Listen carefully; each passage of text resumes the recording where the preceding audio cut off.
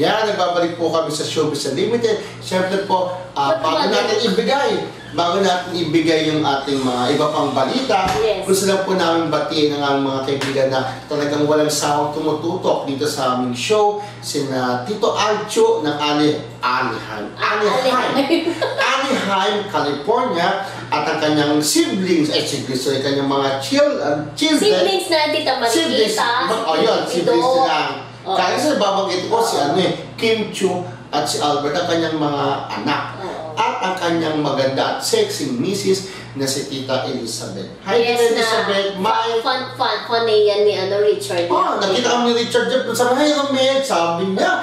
Oy, sabi ko, binoto kita, no? Sabi ni Richard, nakita mo sa mga said, thank you, Romel. Dapat sabi kong gano'n.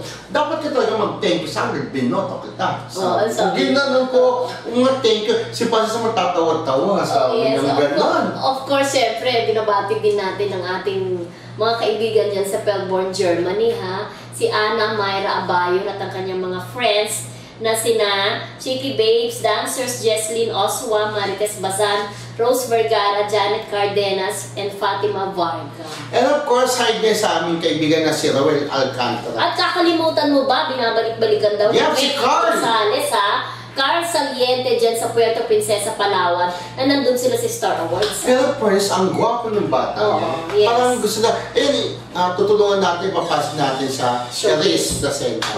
Sila hindi naman manager, no? Hindi. Siya manager. Wala siyang manager, actually. So, tutulungan namin yung Miss Mildred na plan. Ang gwapo ng bata at may talent naman, no? So, abangan niyo po yung naging-guest namin last episode namin si Ito na, speaking of Megastar Sharon Cuneta, ha? May mga viral nga yung photo ni Jasmine Curtis, ha? At saka ni Paolo Avellino na magkasama at naghihahigikan dito sa isang restaurant, ha? So yun nga po yung parang hiwalay na nga ba sina Casey at Paolo? Kasi hindi na natin po naririnig kung anong kaganapan dito kay Casey at saka kay Paolo, di ba? Na sinasabing break na raw dahil may mga post itong si Casey na medyo may pagka-emo habang nandun sa beach. Kasama ang kanyang daddy na si Gabby Concepcion. Tapos sinasabi niya parang... Sabi niya, the first man I ever loved. Yung papa niya. Papa niya. Tapos may sinabi pa niya sa kanyang post sa Instagram, yung tungkol sa parang wala na siyang kasama sa bed. Yung gano'n. Parang tapos sisip lang yan, yung parang mga gano'n. So parang may mga sentimiento. At ito naman si Paolo Avellino, talagang din yung kanyang mga post na ang kitid daw ng utak ng tao. Kumbaga parang... So, ugnay mo, parang feeling nila, break na nga talaga tong si Casey at saka si Paolo. At sinasabing si Jasmine Curtis daw ang dahilan. Dahil alam naman natin si Paolo at si Jasmine ay magkasama sa pelikula Under Regal Fields. May movie lang ginagawa. Kaya na possible maging... magkasama sa isang restaurant. Kaya nag-bonding. Pero yun nga, sinabi ang kitid ang isip ng ibang tao dahil nga pinaghinalaan sila na parang nag-1+1 agad sila o binigyan nila ng mali siya yung ibang mga tao yung pagkasama nila ni Justice sa restaurant. Kaya, pero ang tapang niya, para sa ng kitid ang isip ng ibang tao, ha? Matapang talaga siya pati sa ibang post niya na marami daw dapat pag-usapan, sabi niya gano'n, na yung ibang tao daw medyo silly, medyo sumasagot siya sa mga bashers, ha? Actually, talaga naman parang may pagkapilog na si Paolo. Naalala ko nung during the Golden Screen Awards, may sinasabi siya, medyo may pagkasupla dito, nominado siya. Tapos pinagpe-present. Pinagpe-present siya dahil nandun na rin naman siya. Magpe-present. Wala naman sa usapan namin na magpe-present ako. After nung sinabi niya yun, nasulat siya, naghingi naman siya ng sorry, di ba? Si Paolo Popoy pa din? Hindi, kay Leo Dominguez. Ay, kay Leo Dominguez pa din. Isa po sa, alam mo na, si Leo Dominguez na isa rin. PR. Ng manager.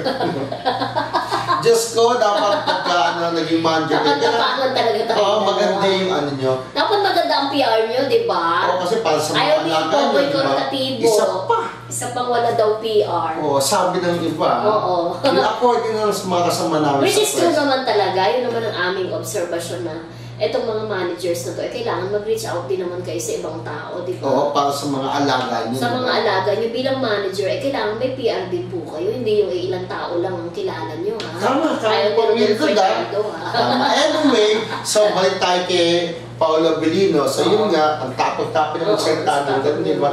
Pero ang sabi nga niya, nung may issue na... Hindi bang sabihin na parang lumaki ng ulo niya dahil natin, kasama naman siya sa Bridges of Love. Oo. Pero maganda feeling yung, niya, sikat na sikat maganda siya. yung career niya ngayon mula nang lumipat sa ABS-CBN, no? Tapos yun nga, Abangan ko ha, abangan kong acting nila dalawang. Kaya naman niya kahit pa paano kayo pagsabayan. Correct. Although Jericho is talagang napakahusay na actor. Pinapili mo nga ako para sa akin, sino yung top 5 ko, sino yung number 1 sa ranking ko, si Echo. Di ba? Correct. So yun po. Okay, so yun nga po. Si Paolo Bill, tinanong siya kung break na raw sila. Eh, ba't daw mag-break ang dalawang Hindi naman naging kami. Sabi, hindi naman naging kami. Ba't kami mag-break? So parang iba na ngayon yung ano ni Ana, di ba? Iba na ang sinasabi. Pero nung una talagang nagbabantay pa sa ospital. Ng ospital si Nanunuyo. Dengue. Di ba? Pero Nanunuyo, parang tinigilan niya na si Casey. Si Casey parang malungkot na nag-guest sa Dabas, hindi ko na-interview niya. Parang sinasabi niya, di ba, parang malas din sa pag-ibig. Kaya nga ang sabi ni Sharon, Blanco, di ba? Sabi nga ni Sharon Cuneta nung last Monday na press con niya, sabi niya, sana itong si Casey, makamit din ng mga tao outside showbiz. Kasi parang ang hirap din talaga makipag-relationship kapag pareho kayo nasa showbiz. Sabi niya, lesson na rin daw kay Casey sana yung nangyari sa kanila ng daddy niya, ni Gabby Concepcion, ng ex-husband ni Sharon, na parang syempre, in love ka, yun ang nakikita mo, di ba? Pero hindi naman naging successful ang kanilang marriage, di ba? Pagka naman, syempre, kaya din niya makamit ng labas ko ba? Sabi niya, di ba? Kasi pagka pareho kayo taga-showbiz, pareho kayong basic pa rin. Correct, Tapos, mas ano kayo yan. Lagi kayo makikilala din na magkakasal sa oras. Yun na, minsan, doon po nagkakaiwala yung isang couple kapag parehong busy, walang oras sa isa't isa. Kaya might as well, ang gusto po siya, non-showbiz ay makarelasyon po ng kanyang anak. Ang dami na pa from Rico Blanco, kay Direk Lino Cayetano, kay Papa P, nagdyan din yung yung foreigner, di ba? Nawala rin nangyari. So, ibig sabihin nga, hindi swerte sa love life. Pero swerte naman sa career niya. Oo, magandang career niya. Magandang career niya at magkakasunod na awards naman ang nakuha niya. Yun nga diba? Except for this one, na sa Darling of the Press ay nanalo naman ang napakabait na si Vicky Morales. Kaya naging Darling of the Press. Congratulations. At sa ating kaibigan din, special mention din natin ang ating kaibigan din na si Arlene De la Cruz. Para naman sa Maratabat. Yeah, nanalo po siya bilang screenwriter of the year. Naranyan pala po. Oo, sobrang nagpa-picture siya. Oo, nagpa-picture. Hinalikan daw niya si Ate Guy. Pagalit daw sa tumakbo. Parang nahiya sa ginawa. Nasa lubong namin Hindi, mas matangkad ako sa kanya, kuya. Oo. Parang sa lubong namin, palis na kami ng Soler. Si Ate Guy, sabi ko gano'n, hindi nakapansin nila, nila Roldan, nila Gino. Congratulations, siyempre kay Ate Guy. Kasi medyo lititan, pero napakahusay talagang actress. Deserving po siya na manalo sa Star Awards, napakahusay niya sa dementia. At doon po sa mga nababasa ko, bumabatikos kay Ate Guy, ha? Okay lang bumatikos, pero yung mga bumabatikos kasi mga vidman yan, ayan na naman kayo, di ba? So, nabasa mo ba yun, di ba? Ay, titaan! Hindi. Ibig sabihin, yung isang writer, ha? Yung isang writer, kasi meron siyang sinulat doon na kapag daw nanonominate si Ate Guy, sa Star Awards? Sa Star Awards, lagi na lang daw siyang nananalo. Which is not true. May time po. 17 years na po siyang hindi na nanalo po sa Star Awards. Yes. 17 years? 17 years na po siyang hindi na nanalo sa Star Awards. Wow, tagal naman. Ibig sabihin... Hindi kasi hindi alam nung iba yun. Nanonominate lang siya. Pero hindi siya nananalo. Hindi naman for 17 years. Hindi. Sinabi nga ni O.J. Ignacio, I'm coming from Ranyan, ha? Hindi ibig sabihin, tumakbo ng... Kasi pag sinabi mo for 17 years ang hindi na nanalo, yung 17 years na yun, puro nominado si Ate Guy. Hindi. Yung 17 years na yan, ang last niya awards sa Star Awards natin. Siyempre kasama na dyan yung pagpapahinga niya. Pero natalo nga siya dun sa Daewoo. Natalo sa Daewoo. Ang kwento ni Mabuti. Okay. Di ba natalo nga natalo siya ni Angel Locsin. Oo, ni Angel Locsin. Yung The Name of Love. Oo. So, ibig sabihin po nun, hindi po every time na nominate si Ate Guy ay lagi siyang win. Pero good fight sana kung pumasok din si Ate V na talaga naman. Oo. Alam naman natin ang Ate V, hindi rin nakakabog sa wala siyang no? Baka medyo naging delikado pa. Baka time! Baka naging delikado pa si Ate Guy kung pumasok si Ate V. Dahil alam mo naman, ikaw Noranyan ka ba?